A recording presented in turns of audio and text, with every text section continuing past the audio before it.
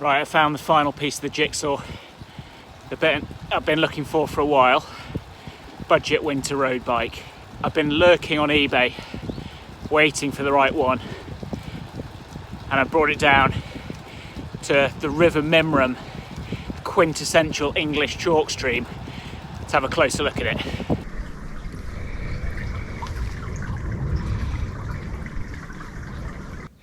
So I got moved on from the banks of the Mimram by a combination of horses and other cyclists. So I'm now parked up at the edge of this newly ploughed or newly sown field. So I decided I'm at that stage in life where I need a winter bike that I can be a bit less precious with, and spent quite a lot of time looking for options. So what is it? It's a Genesis Equilibrium 2014 disc brakes. Yeah, why did I go for this? Well, I've been wanting a Genesis bike for a long time, and I always thought it'd be a quad affair, that good old classic tourer. But for winter road cycling, the Equilibrium's actually a bit of a better bet, because it's frankly just a bit lighter. What are those guys up to? E-biking, by the looks of things. The challenge of looking for something under £500 is that rules out a lot of new bikes.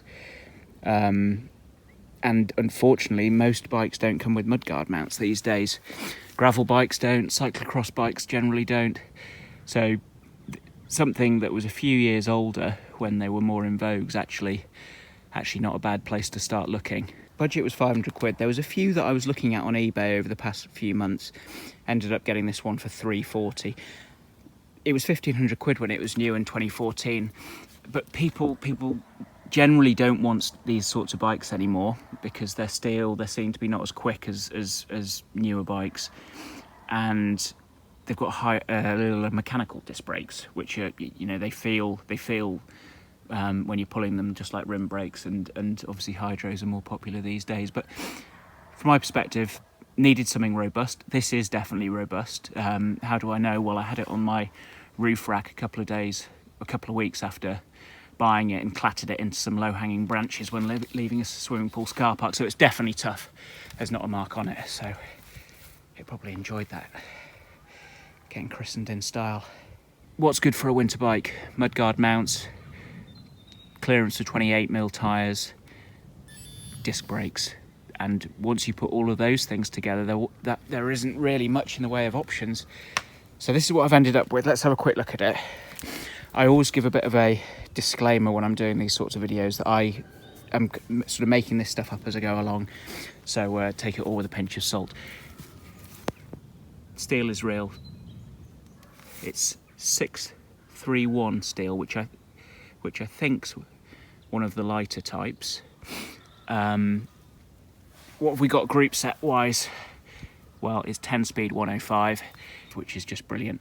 The chain set that came with it was actually an unfamilied, what do you call it? It was like a standalone Shimano one, and it was all a bit bashed up. So I've got this 6700 Ultegra one that goes with the 105 10-speed. When the bike came, it actually had some Schwalbe sort of touring style tyres on, which didn't roll that nicely. So, and they were a bit tired as well. So I got some new 28mm Conti 4 Seasons. They're on the wheels that came with the bike, which are H+ Suns, and they've got these really nice XT quick releases, which I think is quite cool for a winter bike. Actually, a bit of a flash of XT here and there gives it a nice edge. The saddle was a bit of a perineum pounder, so I put a Bontrager Avada on. Seat post is Genesis. Stem and handlebars Genesis standard as well. As I say, 105 10-speed. And the brakes are Hayes CX. They look really, really big, but they're actually quite light. They're mechanical disc, so not hydro. I was keen on disc just because they've got some discs. Disc's always going to give a bit more clearance, and as I say, you need to get some mudguards on here at some point, and there's space for these 28 and mudguards. So this is the bike as it stands. I'm going to do a bit more riding now, and then I'll park up and talk about what's going to happen next.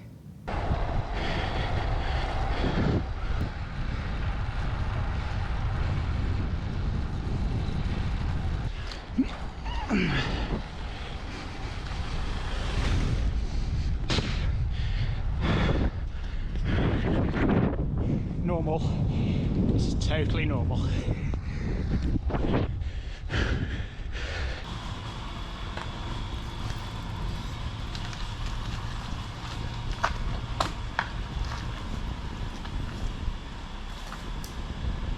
I've just dropped anchor at a site of specific interest to talk about what's next. It's an interesting spot because firstly, it's on the Chiltern Cycleway route, which is probably my #1 cycling bucket list item to do.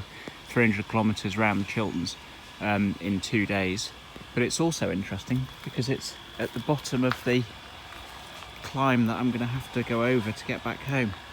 Pretty much every circular I do comes back up this thing, so it's always a moment of trepidation coming up here. So in terms of what's next, there's one major failing insofar as this bike goes as a winter road bike. No mud guards, so I need to get those on. I know it's going to be a nightmare. I'm fully prepared for that, but they do fit. I've checked, so it's going to have to be some sort of heathed up solution though by the looks of things, and new bar tape. This is really, really ragged. Let's scare these ramblers by talking into the phone. Yeah, somebody else has been sweating bucket loads over that, I think. The other thing I'm wondering, on they go. The other thing I'm thinking long term is I don't like black as a road bike colour, so is there a sand and spray job to be done on it? Gonna have to do another video on that altogether, I think.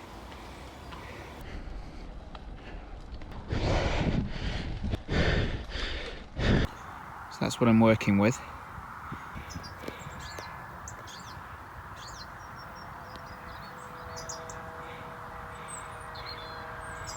Oh, Jesus Christ.